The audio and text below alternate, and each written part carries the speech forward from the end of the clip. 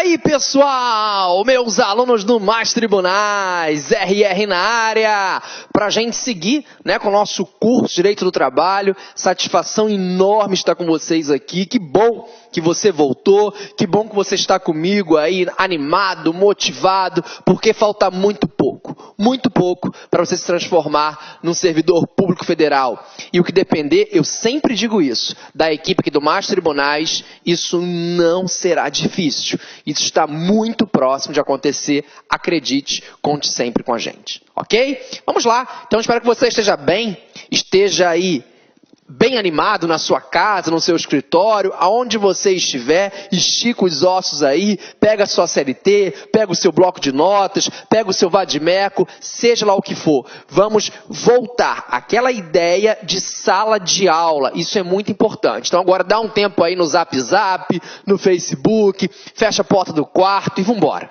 Vamos estudar, vamos ganhar mais uma questãozinha de direito do trabalho, quem sabe a temática não apareça agora, logo no seu concurso. Então, vamos tratar hoje da relação de trabalho e da relação de emprego.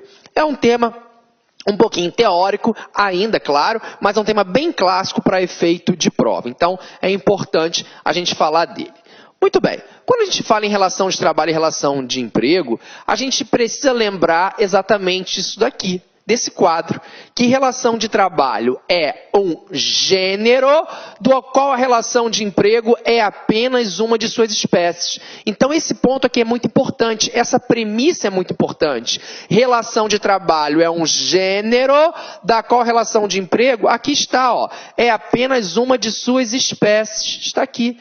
É apenas uma de suas espécies. Eu tenho trabalho autônomo, eu tenho o voluntário, eu tenho o estagiário, eu tenho o avulso. Tudo isso é relação de trabalho.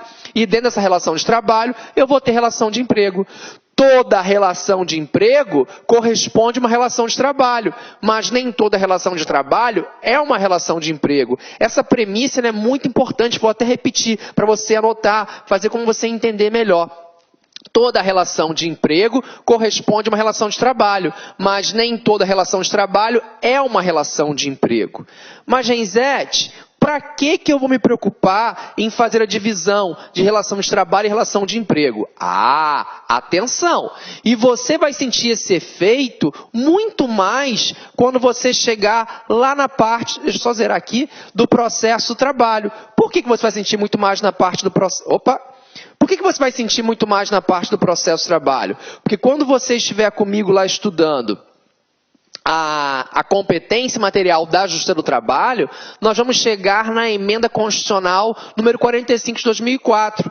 Essa emenda constitucional, intitulada como Reforma do Poder Judiciário, ela alterou e muito a competência material aqui da JT. Então, hoje, a Justiça do Trabalho, a nossa JT, ela não é competente só para processar e julgar causas que envolvam relação de emprego, causas que envolvam empregado e empregador. Não. Hoje, a Justiça do Trabalho, ela é competente para julgar toda a relação de trabalho. Então, um autônomo pode prestar do trabalho? Pode. Um voluntário pode? Pode. O estagiário pode? Pode. A relação de emprego pode? Pode, já podia. Mas podia só ela, hoje não mais. Então, hoje a JT é competente para processar e julgar toda relação de trabalho. Atente-se bem a isso, tá? Isso é muito importante, claro. Você vai utilizar isso muito mais na parte processual, é verdade, mas nada impede que você acabe tendo que fazer alguma consideração, alguma ponderação a respeito disso, também aqui no direito material, tá bom? Mas, repito, vamos ver isso com muita calma quando chegarmos lá. Agora, é claro que para efeito de prova, o que mais nos interessa é falar da relação de emprego, claro. A relação de emprego, ela tem como característica a subordinação, o trabalho subordinado. Então, o que mais cai em prova é a relação de emprego. Então, a relação de emprego tem como característica marcante, diferente, por exemplo, do trabalho autônomo. O autônomo não é subordinado a ninguém, claro que não. O autônomo faz o seu próprio horário, ele cuida da sua própria mercadoria, ele responde pelos vícios da sua mercadoria. Já na relação de emprego, não. Relação de emprego é uma relação que tem como característica a subordinação. Empregado é juridicamente subordinado ao empregador. Então, esse, sem dúvida, é o traço marcante da relação de emprego. É claro, não é o único requisito, não é o único preceito. Existem outros e que são importantes para a prova, mas esse é o característico mais importante. Vamos, então, conhecer todos os requisitos caracterizadores da relação de emprego. E já digo, para você fundamentar, me perguntam muito, todos os requisitos da relação de emprego, você tem que conjugar o artigo 2º e o artigo 3º da CLT. Então, repito, a junção dos artigos 2º e 3º da CLT lhe apresentam todos os requisitos caracterizadores da relação de emprego. Passaremos, então, a analisar um por um, bem tranquilo. O primeiro, trabalho prestado por pessoa física. Empregado é pessoa física. Atente-se bem a isso, pessoal. Empregado é só pessoa física. O empregador, sim, pode ser uma pessoa física ou uma pessoa jurídica. Então, empregado é pessoa física. E não faz confusão, porque a gente está conversando aqui da relação de emprego geral, do empregado urbano regido pela CLT. Porque você pode perguntar, Renzete, existe alguma situação em que empregado e empregador vão ser necessariamente pessoas físicas? Existe sim, quando envolver a relação de empregado doméstico, quando envolver essa relação empregatícia especial que nós veremos mais à frente, tá? Mas aqui é em geral, é o empregado urbano em geral regido pela CLT. Então, o empregado vai ser sempre pessoa física. Empregador, repito, pode ser pessoa física ou pessoa jurídica. O segundo requisito é a pessoalidade. A pessoalidade é um traço marcante para quem? Para o empregado ou para o empregador? Para o empregado. O contrato é intuito, como diz a doutrina, tá? Intuito persona. O contrato é intuito persona em relação à figura do empregado. O que quer dizer isso? O contrato é intuito persona em relação à figura do empregado. O empregado, em regra, não poderá fazer-se substituir nessa relação. O empregado não poderá fazer substituir. Hoje eu não venho dar aula no Mastro Tribunais, não estou afim, estou cansado. Vou pedir a minha mãe vir, o meu pai, a minha irmã. Isso pode? Claro que não. O Mastro Tribunais contratou quem? O professor Rogério Renzete. Então o contrato é pessoal em relação ao professor Rogério Renzete. Por que eu não aplico isso para o empregador? Porque para o empregador, veremos depois, aplicamos um outro princípio, que é o princípio da despersonificação. O empregador pode tranquilamente estar vendendo agora, nesse momento, a empresa, o Mastro Tribunais está à venda, e isso, em regra, não vai afetar em nada o meu contrato de trabalho. Então, fiquem bem ligados, tá, em relação a isso, que isso é muito importante. Então, intuito persona em relação à figura do empregado. Pessoalidade em relação à figura do empregado. O contrato é pessoal em relação a esse empregado. Tudo bem? Não esqueçam disso. Bom, o outro requisito é o requisito da não eventualidade. Essa não eventualidade, ela é igual à habitualidade. Então, quando eu falo em não eventualidade, é a mesma ideia de habitualidade. Mas essa habitualidade quer dizer o quê? Expectativa de retorno. Claro, expectativa de retorno. Tem expectativa desse empregado voltar? Claro que tem. Essa não eventualidade, com a ideia de habitualidade, em trabalho habitual, não quer dizer que para ser empregado eu vou ter que necessariamente trabalhar de segunda a sexta ou de segunda a sábado na empresa. Claro que não. Eu trabalho no Mastro Tribunais às terças, quartas e quintas. E eu preencho todos os demais requisitos caracterizadores da relação de emprego. Então eu sou o quê? Eu sou empregado. Tudo bem? Então, não quer dizer trabalhar todos os dias. Quer dizer que é um trabalho habitual, existe uma expectativa de retorno. Se eu venho aqui hoje só, dou uma aula rápida e eu não volto mais, eu não sou empregado. Eu não sou empregado. Eu fui lá um eventual, eu fui dar aula só de um ponto, cobrir um ponto de um professor, então isso é um trabalho eventual. Isso é relação de trabalho diversa da relação de emprego. Repito, estamos analisando os requisitos caracterizadores de quem? Da relação de emprego, que é a que mais cai na nossa prova. Relação entre empregado e empregador. Mais um requisito, não eventualidade, que é sinônimo para a gente de habitualidade. Próximo requisito é a onerosidade. Empregado recebe salário. Salário. Se não tiver o salário, atente-se a isso.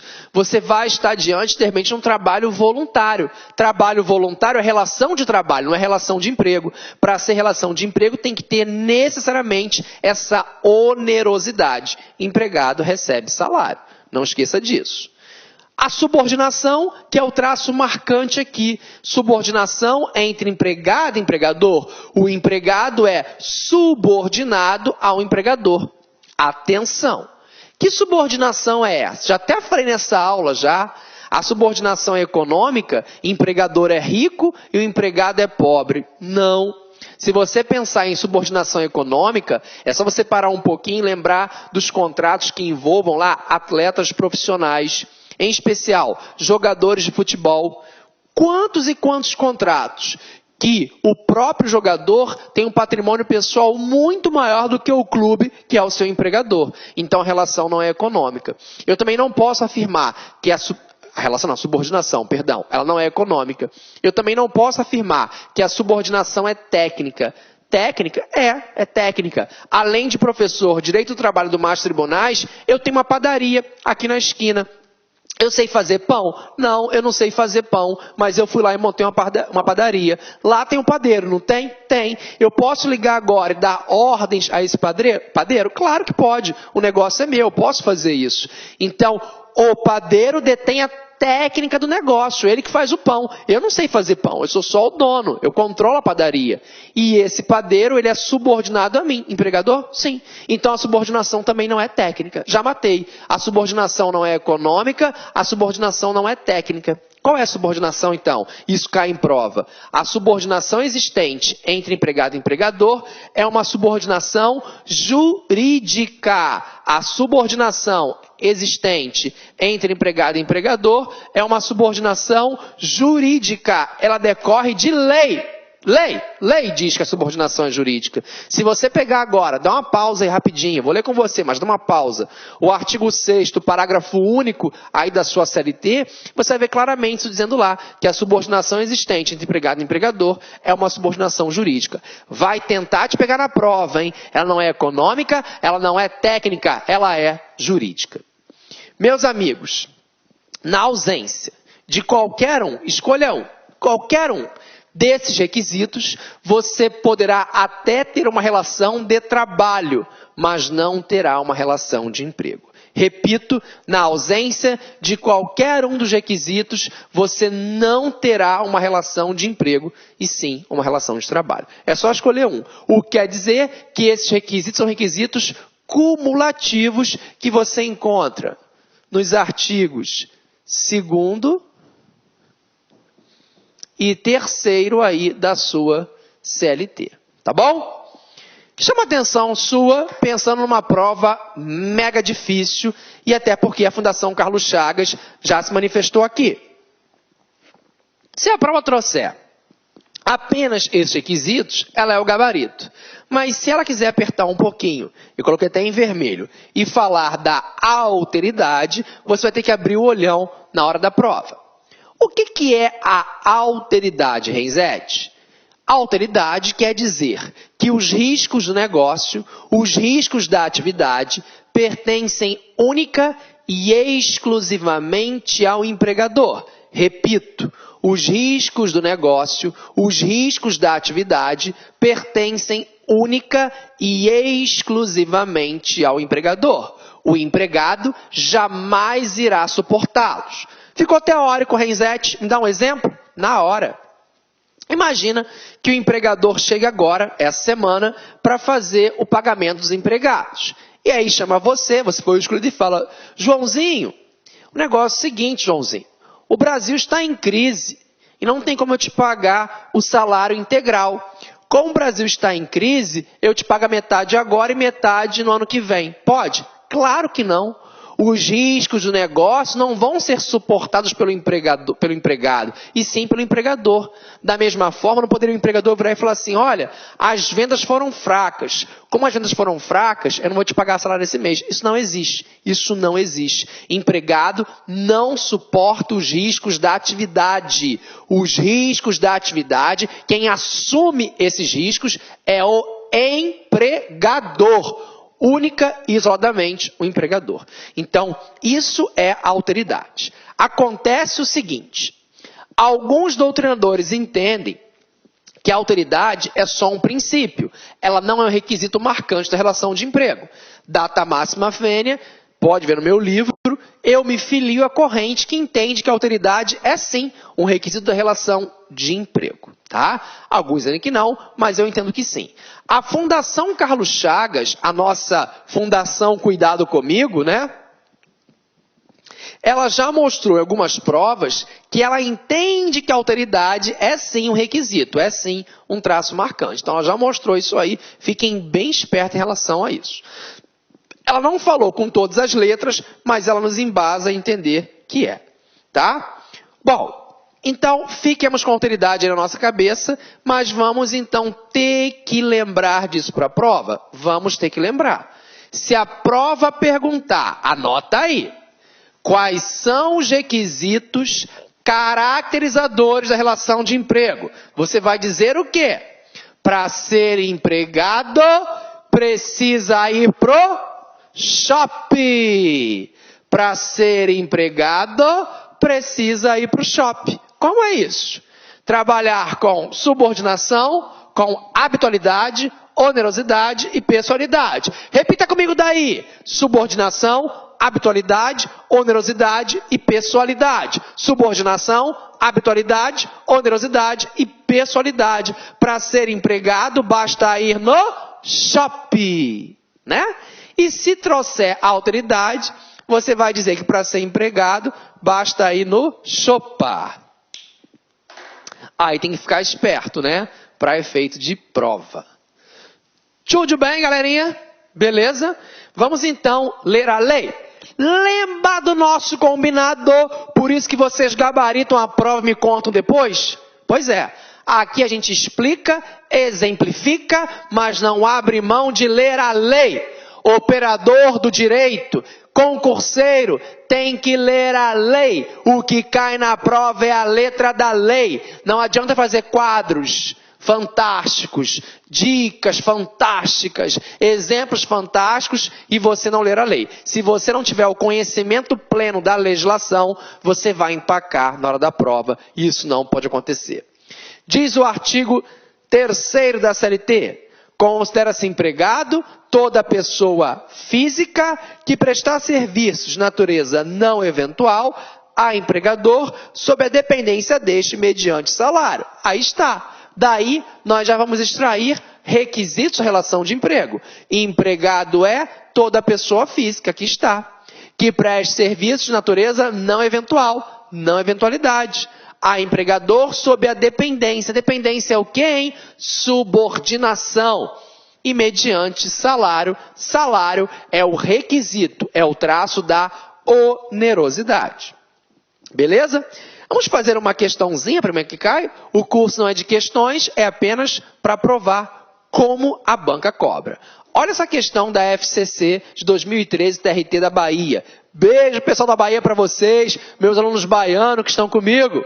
Diz assim: os salários devem ser pagos ao empregado independentemente da empresa ter oferido lucros ou prejuízos, uma vez que os riscos da atividade econômica pertencem única e exclusivamente ao empregador. Tal assertiva baseia-se, parou, Reisete me ensinou, no requisito caracterizador da relação de emprego. Olha, pessoal, a Fundação Cuidado Comigo, a nossa FCC falando. Deu uma aula aqui sobre remuneração, sobre a onerosidade, fala requisito caracterizador da relação de emprego. Quer dizer o que aqui é a questão? Que os riscos da atividade vão ser suportados pelo empregador, que o empregado jamais irá suportá-los. Qual é o nome desse requisito? Olha as alternativas. Letra A, pessoalidade? Não. Letra B, alteridade? É.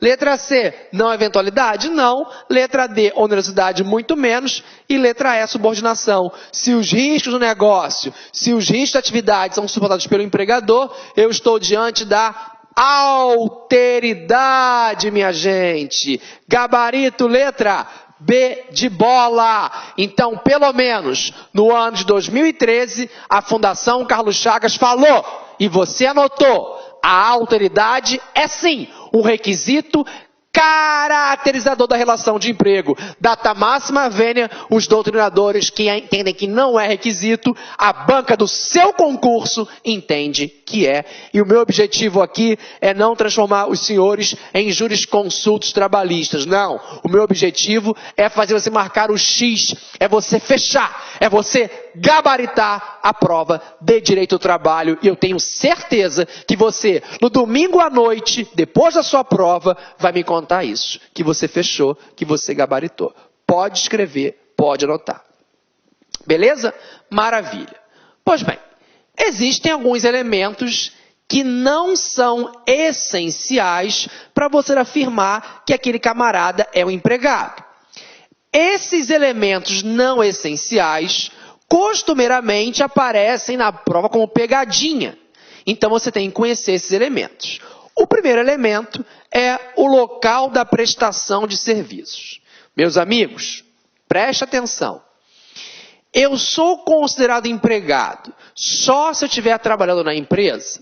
Veja, eu agora, nesse momento, eu estou aqui na sede do Mais Tribunais, dando aula para vocês. Então, eu estou na empresa trabalhando.